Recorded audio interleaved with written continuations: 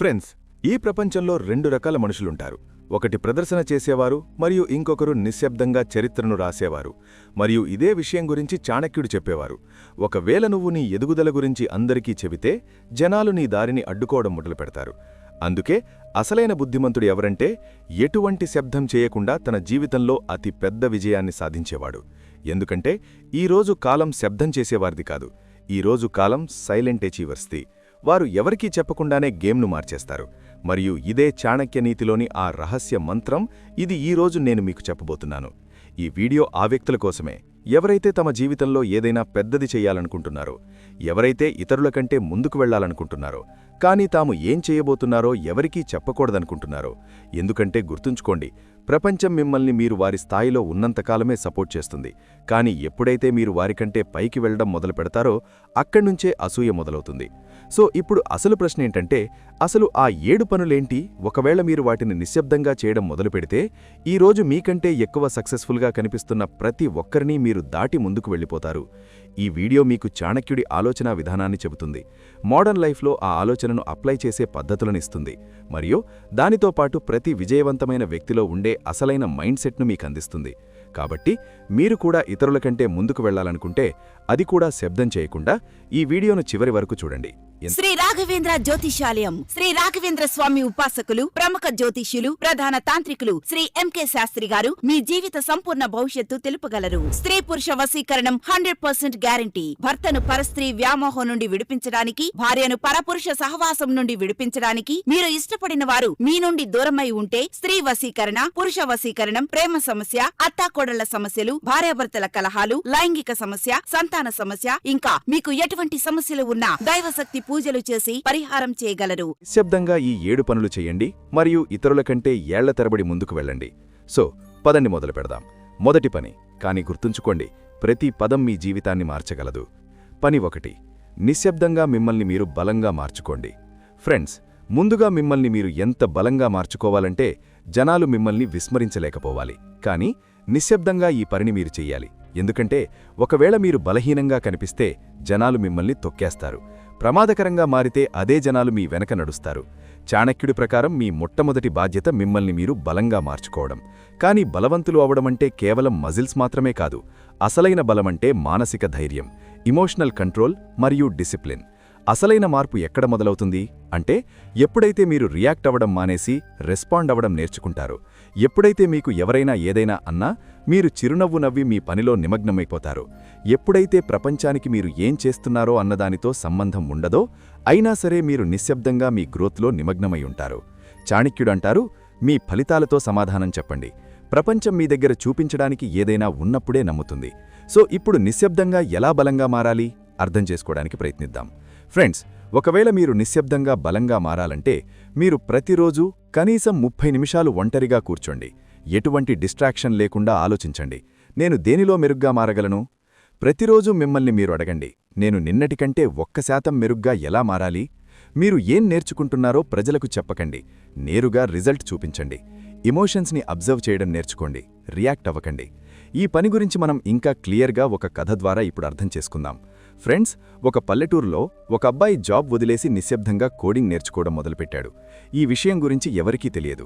2 ఏళ్ల వరకు ఏ friend party లేదు, స్టేటస్ అప్డేట్ లేదు. మరియు 3వ ఏట అతను ఎవరికీ చెప్పకుండానే 20 లక్షల రిమోట్ జాబ్ సంపాదించాడు. జనాలు, నువ్విదంతా ఎప్పుడు నేర్చుకున్నావు అని అడిగినప్పుడు అతను కేవలం ఇంతే అన్నాడు. మీరు స్క్రోల్ చేస్తున్నప్పుడు నేను నిశ్శబ్దంగా నేర్చుకుంటున్నాను అని గర్వంగా సమాధానం చెప్పాడు. పని 2, మీ తదుపరి అడుగు ఎవరికీ చెప్పకండి. కేవలం నడవడం మొదలుపెట్టండి. ఫ్రెండ్స్, ఎక్కువగా మాట్లాడేవారు తక్కువ చేస్తారు. నిశ్శబ్దంగా ఉండేవారు చరిత్ర సృష్టిస్తారు. చాణక్య, మీరు గమనించే ఉంటారు, మీరు ఎవరికైనా నేనిది చెయ్యబోతున్నాను అని చెప్పగానే జనాలు 2 పనులు చేస్తారు. ఒకటి నిరుత్సాహపరుస్తారు, ఇది నువ్వు చెయ్యలేవని, లేదా కాపీ కొట్టి వారే చేసేస్తారు. అందుకే నిశ్శబ్దంగా ఉండండి మరియు చేసేయండి. మీరు కొత్త బిజినెస్ మొదలు పెడుతున్నారని, లేదా ఏదైనా స్కిల్లో డైలీ ప్రాక్టీస్ చేస్తున్నారని, లేదా మీ మైండ్ మరియు బాడీ మీద సైలెంట్గా వర్క్ చేస్తున్నారని ఎవరికీ తెలియాల్సిన అవసరం లేదు. ఎందుకంటే మీరు సిద్ధమైనప్పుడే ప్రపంచానికి చూపించండి. సగం ఉడికిన ప్లాన్స్ చూపించకండి. ఎందుకంటే అరకొర ప్లాన్స్ చూసి జనాలు నవ్వుతారు. పక్కా ఫలితాలు వారిని అసూయతో రగిలిస్తాయి. సో ఇప్పుడు ఈ నీతిని ఎలా అప్లై చేయాలి అనే విషయానికి వస్తే, ఫ్రెండ్స్, ఈ నీతిని చక్కగా పాటించాలంటే ముందుగా మీ గోల్స్ని మీ డైరీలో రాసుకోండి, ప్రజల బుర్రల్లో కాదు. నిశ్శబ్దంగా పని మొదలుపెట్టండి మరియు ఫలితాలే మాట్లాడనివ్వండి. మీ మైండ్లో డౌట్స్ నింపేవారిని అన్ఫాలో చెయ్యండి. చాణక్య స్టైల్ వార్నింగ్: ఒకవేళ మీరు మీ అడుగుల గురించి శబ్దం చేస్తే జనాలు మీ సక్సెస్ను శ్రబ్దంగా మార్చి మీకే వ్యతిరేకంగా ఉపయోగిస్తారు. సో ఫ్రెండ్స్, మిమ్మల్ని నిరుత్సాహపరిచేవారు మీరు ఎప్పటికీ వారికంటే పైకి ఎదగాలని కోరరు, మరియు మిమ్మల్ని సీక్రెట్గా కాపీ చేసేవారు మిమ్మల్ని గౌరవించడం లేదు, మీ ఐడియాలను దొంగలిస్తున్నారు. పని 3. ప్రతిరోజు మిమ్మల్ని మీరు మీ పాత వర్షన్ కంటే మెరుగ్గా మార్చుకోండి. ఇతరులతో కాదు, మీతోనే మీరు పోటీపడండి. ఇతరులతో పోరాడడంలోనే జీవితం గడిచిపోతుంది, కానీ మిమ్మల్ని మీరు ప్రతిరోజు ఓడించుకుంటే ఒకరోజు మీరే విజేతవుతారు. చాణక్య: ఈరోజు అతిపెద్ద తప్పేంటంటే ప్రతి విషయం మీరు రోజూ ఇన్స్టాగ్రామ్, యూట్యూబ్ మరియు చుట్టుపక్కల వారిని చూసి నేను వెనకబడి ఉన్నాను అని అనుకుంటారు.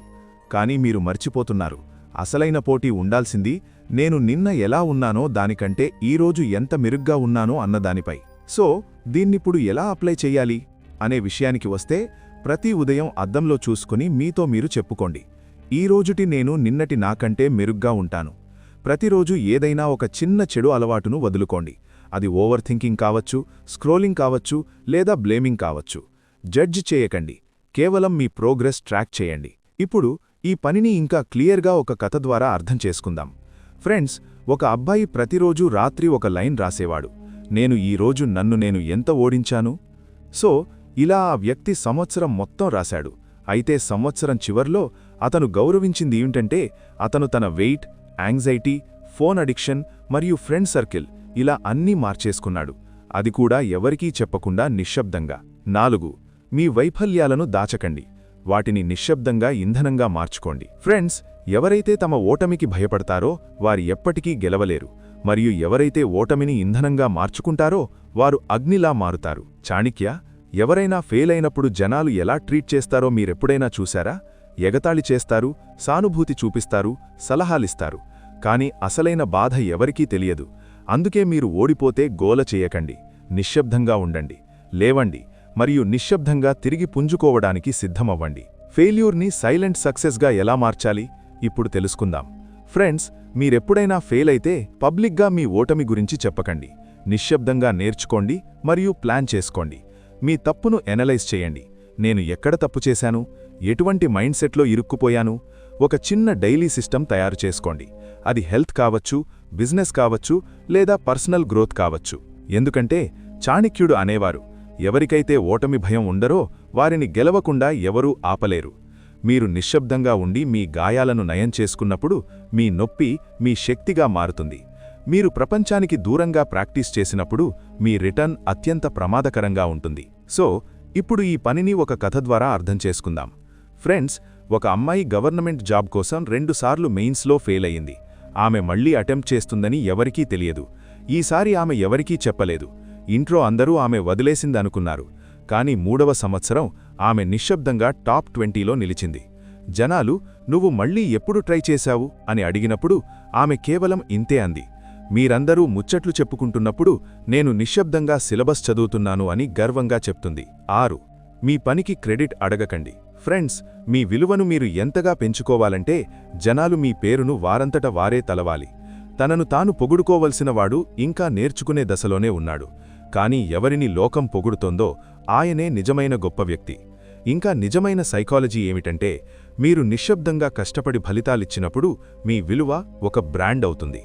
మీరు గౌరవం కోసం అడగక్కర్లేదు, మీ పనే ఆ గౌరవాన్ని మీకోసం సంపాదిస్తుంది. 7. మీ ఉద్దేశాలతో కాదు, మీ మార్పుతో జనాలను ఆశ్చర్యపరచండి. ఫ్రెండ్స్, అవసరం లేనిదే సింహం కూడా దాడి చెయ్యదు, కానీ అది దాడి చేస్తే అడవి మొత్తం వణికిపోతుంది. ప్రతి ఒక్కరూ నేను అది చేస్తాను, ఇది చేస్తాను అని చెబుతుంటారు. కానీ మీరు నిజంగా మారుతున్నట్లయితే ఆ విషయం చెప్పడం మానేయండి. ఎందుకంటే మార్పు అనేది మాటల ద్వారా చెప్పుకునేది కాదు. అది మీ ప్రవర్తనలో, మీ నిర్ణయాలలో ఆ మార్పు కనిపించాలి. అయితే ఈ విషయం గురించి చాణక్యుడు యొక్క నీతి ఏమిటంటే, మార్పు అనేది కనిపించాలిగాని చెప్పబడకూడదు. అప్పుడే అది నిజమైన మార్పు అవుతుంది. 7.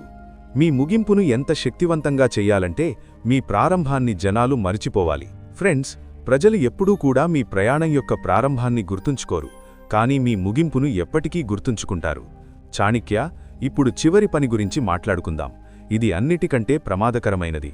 మీరు జీవితంలో ఎన్నిసార్లు మొదలుపెట్టారు? ఎప్పుడైనా జిమ్ జాయిన్ అయ్యారు, ఎప్పుడైనా ఏదైనా కోర్స్ తీసుకున్నారు, ఏదైనా ప్లాన్ చేశారు, కానీ మధ్యలో వదిలేశారు. ఇదే మిమ్మల్ని ఆర్డినరీగా ఉంచుతుంది. కానీ విన్నర్స్ గుర్తేంటంటే వారు పదే పదే మొదలుపెట్టరు. వారు మొదలుపెట్టిన దాన్ని బలంగా ముగిస్తారు. ఫైనల్ ఫినిష్ ఎందుకు అసలైన గుర్తింపు? ఎందుకంటే ప్రపంచం మీ కష్టాన్ని చూడదు, ఫలితాలను చూస్తుంది.